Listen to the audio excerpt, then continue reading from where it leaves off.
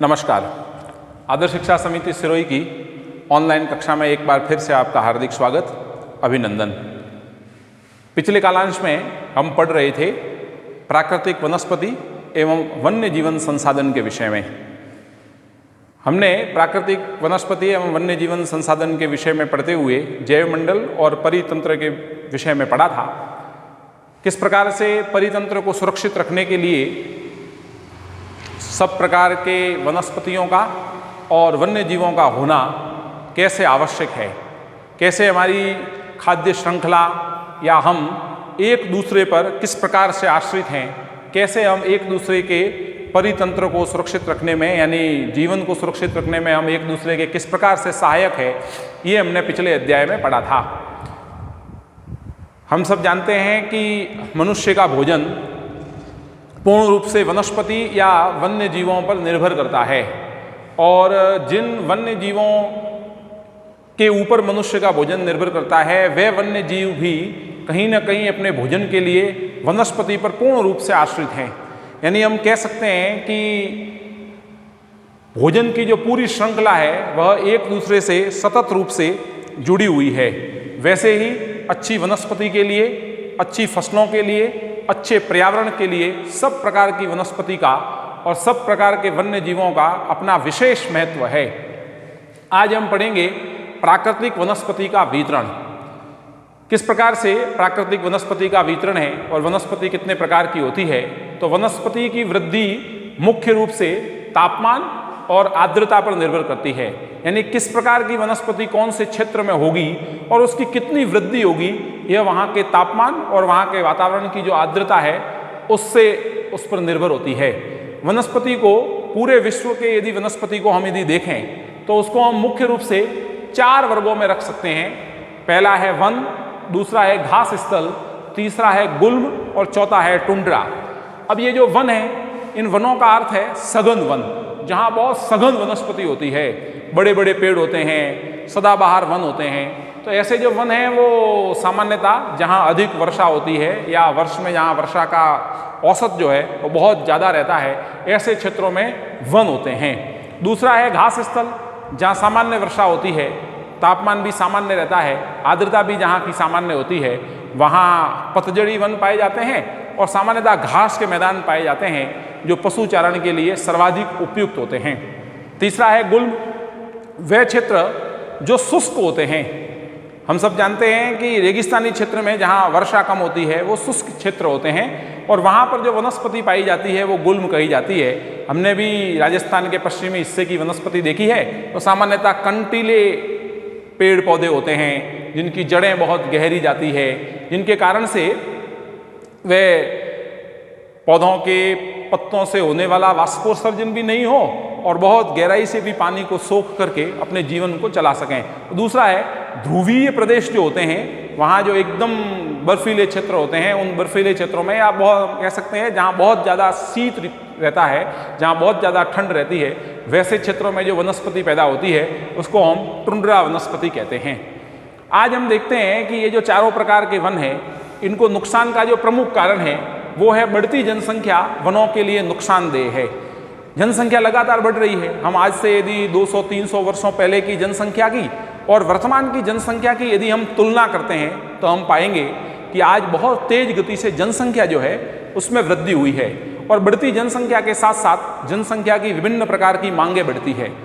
उसके आवास के लिए मांग बढ़ती है, उद्योग धंधों के लिए मांग बढ़ती है, परिवहन के साधनों के लिए, उन साधनों को विकसित करने के लिए मार्गों की जरूरत पड़ती है। तो उन सब का प्रभाव कहीं ना कहीं वनस्पति पर पड़ता है जो वनों के विनाश का एक बहुत बड़ा कारण है। प्राकृतिक वनस्पति और वन्य जीवन का संरक्षण। अब ये जो नुकसान हो रहा है ये किन कारणों से हो रहा है उसके कारण पड़ते हैं। सबसे पहला है वनोन्मूलन। आज प्राकृतिक वनस्पति को बहुत बड़ा नुकसान वनोन्मूलन के कारण हो रहा है। मनुष्य अपनी आवश्यकताओं की पूर्ति करने के लिए लगातार वनों को काट करके खेती के लिए जमीन तैयार कर रहा है, उद्योग धंधों के लिए जमीन तैयार कर रहा है, अपने आवास के लिए जमीन तैयार कर रहा है। दूसरा है मृदा अपरदन। मिट्टी के कटाव के कारण भी वन जो है उनको बड़ी मात्रा में नुकसान हो रहा है। निर्माण कार्य हमने पढ़ी लिया, आवास के लिए, उद्योग धंधों के लिए निर्माण कार्य होते हैं और विभिन्न प्रकार के परिवहन साधनों के लिए, मार्ग विकसित करने के लिए, बांध बनाने के लिए, ये जो सारे निर्माण कार्य है, इनके लिए भी वनों का जो है वो लगातार उनका विनाश किया जा रहा है और वनों को नष्ट किया जा रहा है। चौथा है दावानल।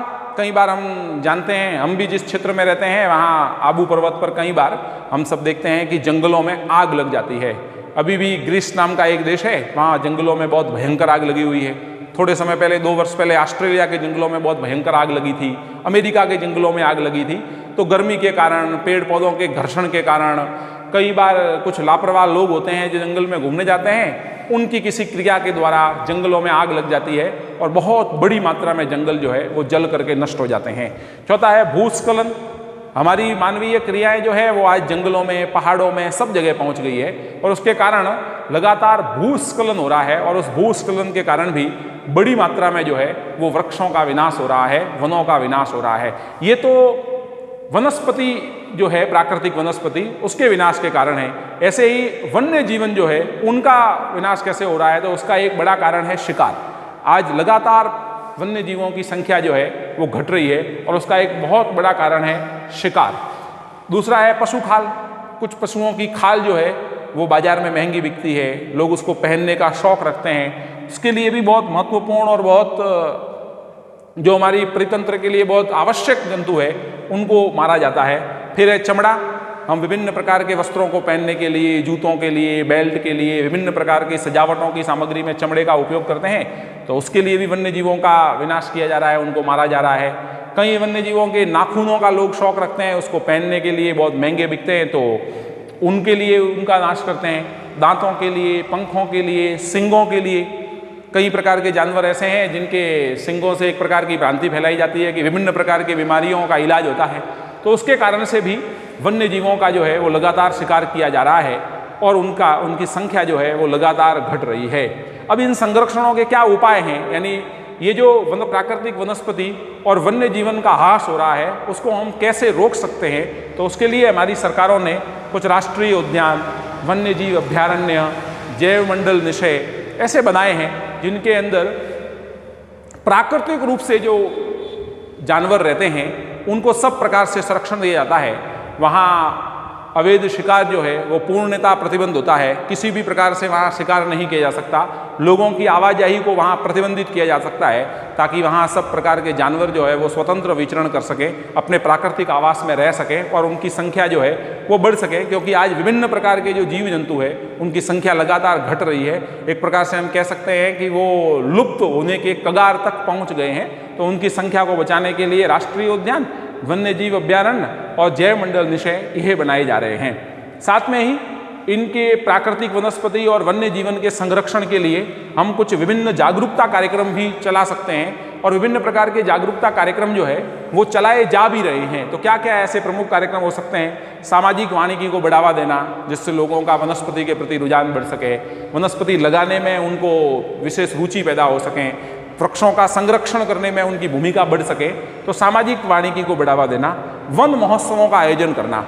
जिसके द्वारा लोगों तक वनों के महत्व को लेकर जाना, वनों से हमको क्या क्या लाभ है वो लेकर जाना, वन नहीं होने के कारण हमको क्या क्या नुकसान होंगे वो सब बातें उनको बताना, और उसके द्वारा हम जो है वो प्राकृतिक वनस्पति को बढ़ावा दे सकते हैं। ऐसे स्कूलों में जागरूकता कार्यक्रम चला करके बचपन से ही विद्यार्थी जब विद्यालय में आता है और उसको यदि वनों के विषय में, वन्य जीवन के विषय में यदि हम उनके मार्गदर्शन करेंगे, उनको सब प्रकार की सही जानकारी देंगे, उनके होने और नहीं होने से होने वाले लाभ और हानियों के विषय में यदि हम उनको बताएंगे, तो निश्चित रूप से आने वाले समय में जो एक नई पीढ़ी तैयार होगी वो वन्य जीवन को और प्राकृतिक वनस्पति को नुकसान नहीं करेगी।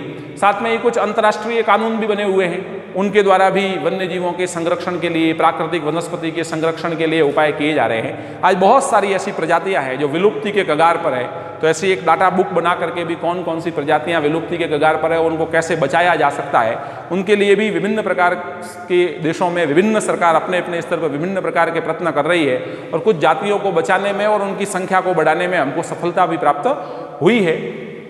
तो अध्याय 2 के अंदर हमने 4 प्रकार के महत्वपूर्ण संसाधनों के विषय में हमने भूमि, जल, मृदा, प्राकृतिक वनस्पति और वन्य जीवन संसाधन के विषय में पढ़ा है। आज अपना अध्याय इतना ही था, इसके आगे हम अगले कालांश में पढ़ेंगे। साथ में ही आज के गृह कार्य में इस पाठ के जो प्रश्न उत्तर है पहले जो प्रश्न उत्तर आपको कालांश के साथ दिए थे, यदि वो पाठ्य पुस्तक के पीछे के प्रश्नों में है तो उनको दोबारा नहीं करते हुए शेष जो प्रश्न है उन सबको आपको हल करना है।